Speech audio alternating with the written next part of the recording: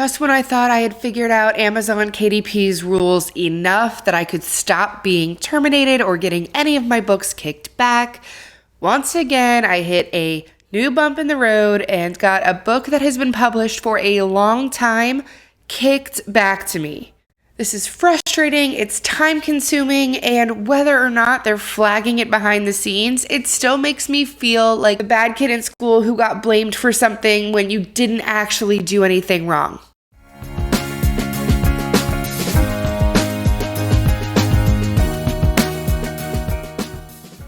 Hey, I'm Rebecca. Welcome back to my channel. I am sharing all things online business from Amazon KDP and low content publishing to Etsy and affiliate marketing and every little side hustle I've done as a new mom to continue building income streams for my family while raising two young toddlers. If you've followed my journey at all, you would know that I have been suspended or terminated on 2 or 3 different occasions, at least, early on in my journey. And I'll post some of those videos up here in case you're curious about what triggered them and how I was able to get my account back. Fast forward 6, 7, 8 months, and I have had no problems whatsoever.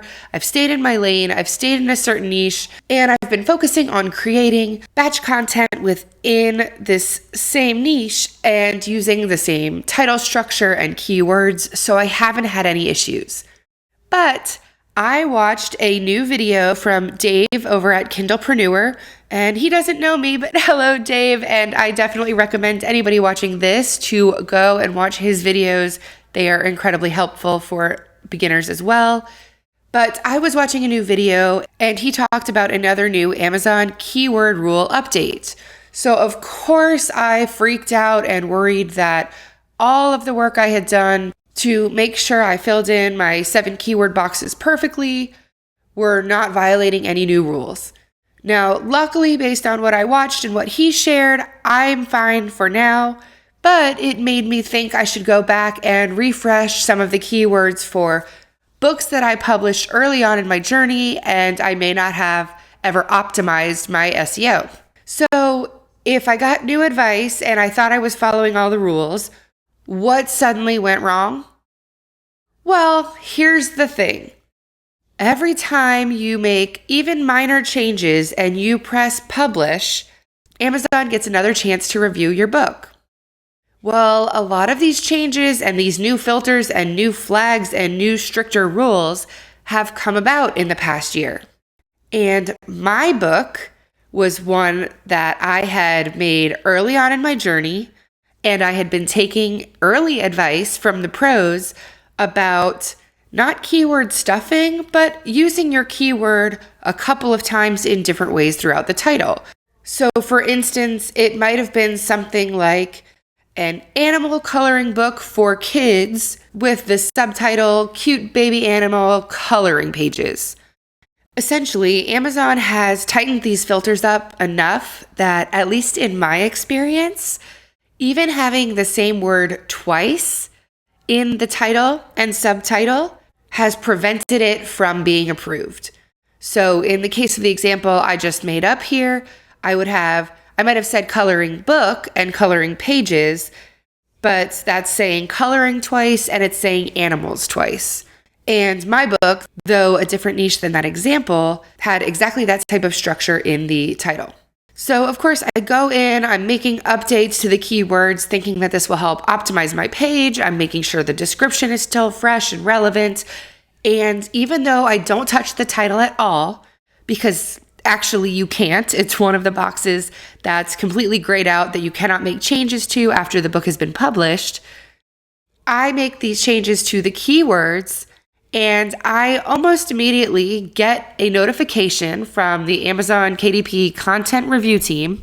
So it comes to my email and it gives me flashbacks to early on in the journey when I felt like I couldn't get anything right from the publishing team, even though I thought I was following all the standards. So this email says, "Hello, during our review, we found that the title of the following book might cause a misleading customer experience."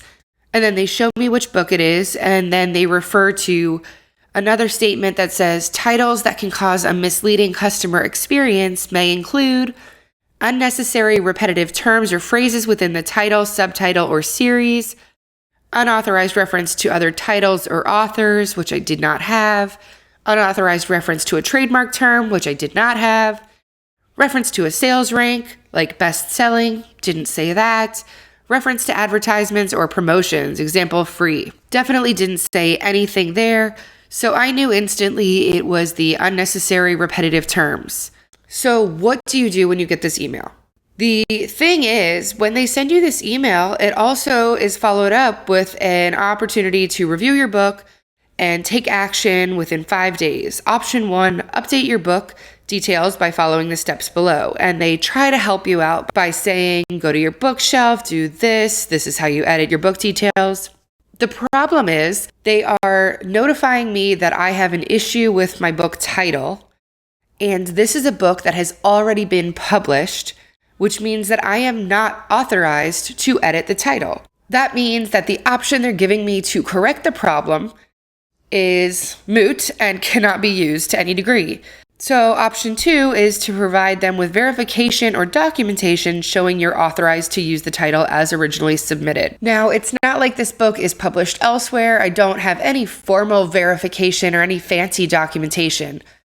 But rather than having this book shut down or trying to copy and paste all of the details and push it through as a new listing, which is an option if this is a brand new book, if it's only been out for a little bit of time, if you've never made a sale on the listing, but you might already have marketing links out there. You might have bloggers who have talked about your books. You might have created Pinterest pins, and ultimately, you really don't want to have to create a brand new listing for a book that has been on the market and potentially already making you sales.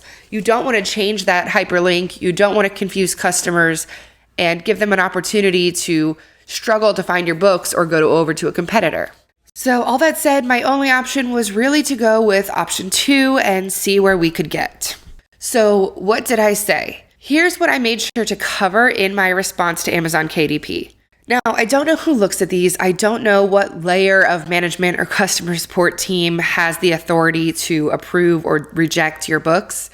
But what I do know is that with anything in business, the more professional you sound, the stronger you come across as a real business person, and you make it very clear that you have a positive intent and you want to continue working together in this partnership, the more likely it is to have a successful and positive response in whatever you're asking for.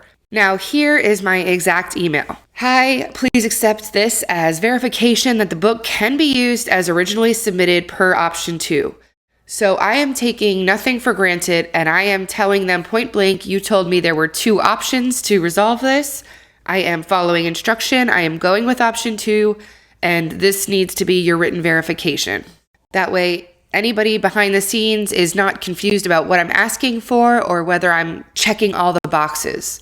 So then I state that this book was already approved and it has been a live listing for at least a year with an ASIN that I have been marketing to my customers.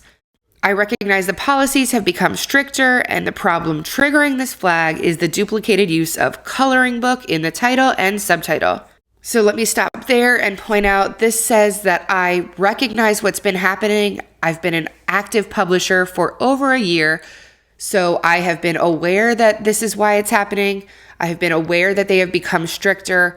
I am calling attention to the fact that I see what could be triggering this, the term coloring book, and hopefully they can recognize that I am being proactive.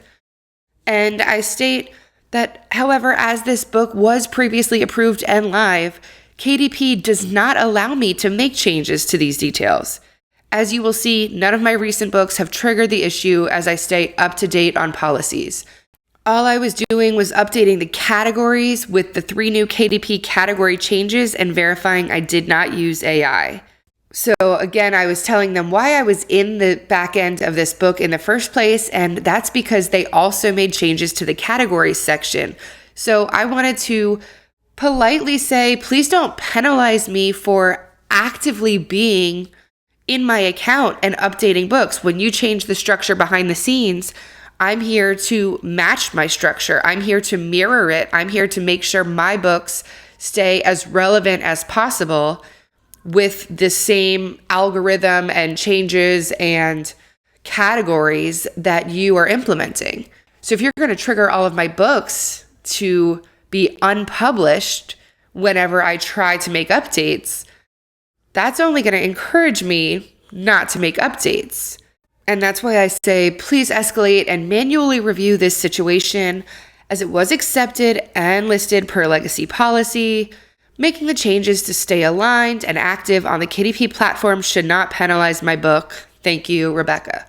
So that might be overkill. Perhaps you could simply say, hey, this book has been published already. I can't change the title. Can you get it back up? But I think that once you hear a no, it's a lot harder to try to, let's say, appeal it, as opposed to giving them all of this logic, reasoning, rationale, and evidence up front so that the issue is compelling and obvious that there was a big mistake, and make it a much easier yes than a much easier no for a person behind the scenes who otherwise doesn't know you and may have to review hundreds of these requests a day for all we know. The great news is that within 24 hours of my reply, I got that bright, shiny message I love that says, congratulations, the following books you recently submitted have been reviewed and were successfully passed. So that email worked. I had no other trouble, didn't have another slap on the wrist, no follow-up account suspensions or terminations that can start to happen if you get a lot of books kicked back or rejected. And luckily, no issues with that book otherwise. Now, knowing this information, if you are in a similar circumstance, what would I recommend to you? Personally, I like to go in to see my books and see which ones are selling. And every once in a while, and I'm talking maybe every 2 or 3 months, if I have a book that I know I haven't updated recently but has a lot of potential to sell, or maybe sell for an upcoming holiday or event, I will go in and change and update the keywords, make sure the description looks great, and make sure my categories have been updated with the 3 that we can manually put in. However, I try to not update more than 1 book at a time that I think will hit this trigger and will get kicked back to me. Because what I don't want, and again, this is me making up what could happen. I've heard nobody else's personal experience. So if you have one, please go ahead and share in the comments. But in the back of my mind, if this is going to happen, I want to be able to appeal it. I want to be able to send this email. I want it approved. I want the book up and running. And then I don't want any triggers or slap on the wrists or even accidental flags. I don't want any marks on my account to whatever degree for the next couple of months. I want things to kind of clear up and normalize so that it doesn't look like I am suddenly publishing rule breaker after rule breaker. And because I did publish at least 100 books before a lot of these stricter implementations, I do have several that fall into the realm of could use updates. For you, I would take a good look as to whether or not it's truly worth it. If you have a book that you truly did not know what you were doing when you entered keywords, or maybe you have not entered any keywords at all, or you have repetitive keywords, but now you've taken a masterclass and you know what you should be doing. In any of these scenarios, I think it's worth it to go ahead and update that book if you think that it would make sales and be worthwhile. Now, if you have 100 plain journal notebooks that you have minimal detail for, they really aren't different from one another, and they've never made sales, I personally would be really cautious about how many of them I update at a time and maybe see if you're triggering any flags before publishing 2 or 3 updates at once. Again, this is for books that you know the title has already been approved, so it's already a published book, and that means that if it gets kicked back and the issue is in your title, you will not be able to update it. Even if they say that they don't approve your title, you still will not see on the back end any editable boxes to update that title. I hope that made sense, but I wanted to make you all aware that it is something that I have been coming across more in the past few months that I thought I had broken away from. So I expect it may happen to you as well. And you should keep that top of mind as you go in and update categories and keywords, because you don't want to have too many of these situations popping up at once. If you do, however, you can absolutely use my email template, turn it into your own. Of course, make sure the facts are relevant. Don't say it's been published for a year if yours hasn't. But send it to them, be professional, be polite, but be very clear on, I understand what went wrong. This was a legacy approval, and I have made adjustments on all books going forward. If you've had this situation and you've sent the email and you've got your book published and no problems after that, also drop that story in the comments below. I know there are several publishers out there that are watching these videos and trying to get help and feedback and want to help assuage their fears that even if you get this kind of slap on the wrist or this scary email, it is not the end of your account. It is not the end of your live book. We are all going through it together. And luckily, this is one of the hurdles that we are able to jump a little more smoothly than some of the others.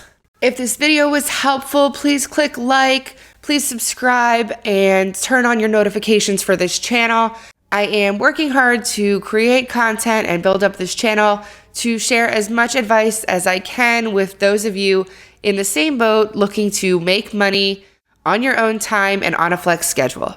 Until next time, goodbye.